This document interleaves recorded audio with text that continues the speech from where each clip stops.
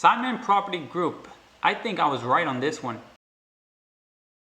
Welcome investors to my channel FiscalVoyage. My name is Felix. And on August 7th, I made a dividend income report video of my total income for the month of July. And in that video, I made a brief comment on SPG. So let's go ahead and take a look at that comment I made. So last week, as you can see here, I made this video dividend income report on August 7th, and I said a few words about SPG. So here it is. As well as SPG. This one was, obviously cut its dividend, but I still hold shares of Simon's Property Group. I think it's very undervalued right now, and I think most likely by this year they're going to increase the dividend and then increase it more in next year or so. They did have to cut it because of the situation, but I'm okay with that. For now, I'm going to hold it. I bought more shares actually when it was around $55, so I'm happy with that. But right now, I'm holding these shares and just collecting dividends. But I think that if you should look into this company if you're thinking about a REIT, this is one of the best in the class. So you can see there, that was my quick opinion about SPG on August 7th. As you saw, I made that comment and I thought the company was undervalued, and I still think the company is undervalued right now. But again, do your own research. So let's go through what happened and some part of the earnings report and why the stock is up almost 10%. So you can see my transaction here on Simon. I bought 34 shares at $56.35, about $2,000 worth of shares on March 31st. So if we look at the price for SPG on August 7th, this time 4 o'clock closing at $62.24. Now the company has gone up 9.5% in basically 2 days. And the reason for this jump in price is because of a few things. The first thing is because they actually reported earnings on August 10th, which was Monday. And they actually had a pretty good earnings considering, the shutdowns of the malls and such. Here's some of the positive things that I saw from the earnings report. Occupancy was 92.9% as of June 30, 2020. And the base minimum rent square foot was $56.02 as of June 30, 2020, an increase of 2.8% year over year. So their rent per square foot actually increased 2.8%, so that's very good. And they have a pretty high occupancy rate of 92%, so that's some positive news there. And some other positive news in this press release: approximately 51% of his contractual rent billed for April and May combined, and approximately 69% for June, and approximately 73% of July. So these are the rent with minimal deferral. So there's not rent forgiveness. These tenants do have to pay the rent, and as you can see here, 51% paid so far for the April and May combined. So that's pretty good news there. And the next good news that I saw in this earnings release is the company expects to pay at least $6 per share in common stock dividends for 2020 as cash, subject to the board of directors approval. And here's the word that's very interesting: pay at least $6 per share. The reason why I bring this up is because if we look at before the company, the CEO, David Simon, he made a statement. We expect to pay at least 100% of our taxable income in 2020 in cash, Simon said. As a point of reference, there have been over 175 public companies who have either suspended or reduced their common stock dividend by 50% or more. We would not be one of those companies. Those are very, strong words. I think this CEO is great, and I think they're gonna pay more than the $6 because I'll show you shortly with the fast graph analyst expected free funds from operation projected earnings this year. This one is a old. On June 29th, the company declared dividends of $1.30, which was a 38.1% decrease.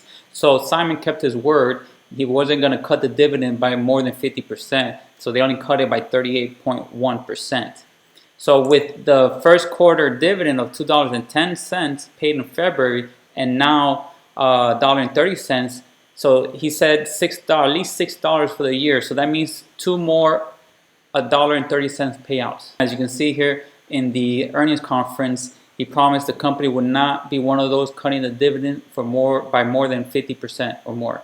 And of course, he's delivered so far with only a 38% decrease. So, and he said, as you just saw, that they expect to pay 100% of their funds from operation, or 100% of their taxable income in 2020. And the reasons why the stock is also up is because Amazon is in talks with Simon Property, because they want to use some of their big anchor department store space that's going to be vacant for possibly fulfillment centers. So for Amazon, this would benefit them because it would locate fulfillment center close to residential areas and help improve delivery speed in the so-called last mile of process.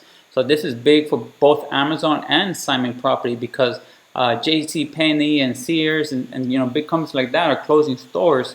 So Simon Property needs a big tenant, and Amazon could perfectly fill those spaces with their fulfillment center and help Simon with rent, and Amazon, creating and being able to deliver in 2 hours, 3 hours delivery with the last mile residential areas. So if we look at the fast graph for Simon Property Group, as you can see here, of course, the stock dropped dramatically from the beginning of the year all the way down to see what we got here, to basically 63% drop in price, 62 if you include dividends. As you can see here, free cash flow is projected to be $8.69. And if Simon, the CEO of Simon Property Group, says that they're going to pay out 100% of their income, that could be $8.69, which would be higher than 2019 dividends. So that's why I think they may increase the dividend later this year. Obviously they may not, it's up to them. But if this is true and they are going to pay 100% of their taxable income, there's a quite possibility that the dividend will be higher than last year. So if we look at the analyst scorecard here, analysts have been correct 82% of the time, and Simon beat it 18% of the time. So I'm very confident with this 1 year and 2 year forward projection based on the 2020 expected earnings or free cash flow, and 2021 free cash flow $9.15. So it's very possible that the company may pay out the exact same $8.30 of dividend from 2019, or maybe even higher. But that's something you guys should research and look into. So we look at the forecasting for the 3 year to 5 year long-term growth. You have a pretty good projected total annual rate of return.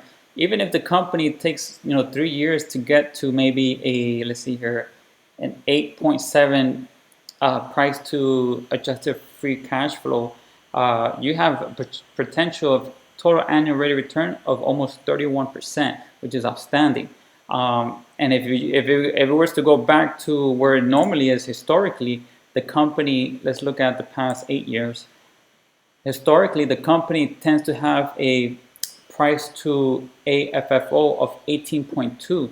So if we go back to the forecasting of 18.82 is up here. You can see here. So let's even here, almost 50% annual rate of return. So this company is very, very undervalued based on the projected earnings. And let's look here.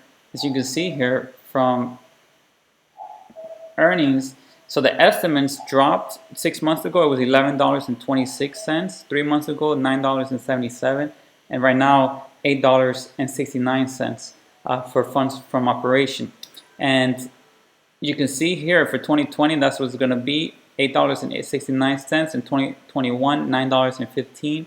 2022, $9.33. These are from a lot of analysts. There's 11 analysts projecting these numbers. And as we saw, the scorecard is actually pretty good, accurate. So I'm very confident that these analysts are spot on with their estimates. Again, if you see here from yesterday's closing price to say a price from adjusted fund from operation of 13.3, you could have a potential 37% annual rate of return, which includes the capital appreciation and dividends. Now, say for example, if the company were to go back to the 18.2 PE or price for adjusted funds from operation, you could see an annual rate of return of 54%. So there's very high potential return investment in this company. So I highly recommend you guys take a look at this. There you have it. I think Simon Property Group is very undervalued. I think it has great potential for return. I recommend you guys to research this company and look into it further. I think the dividend will be increased maybe this year, if not, definitely next year. And I think the current dividend is very safe. Thank you for watching, and if you're new to the channel, make sure to hit that subscribe button, and if you like the video, make sure to hit that like button, and I'll see you guys in the next one.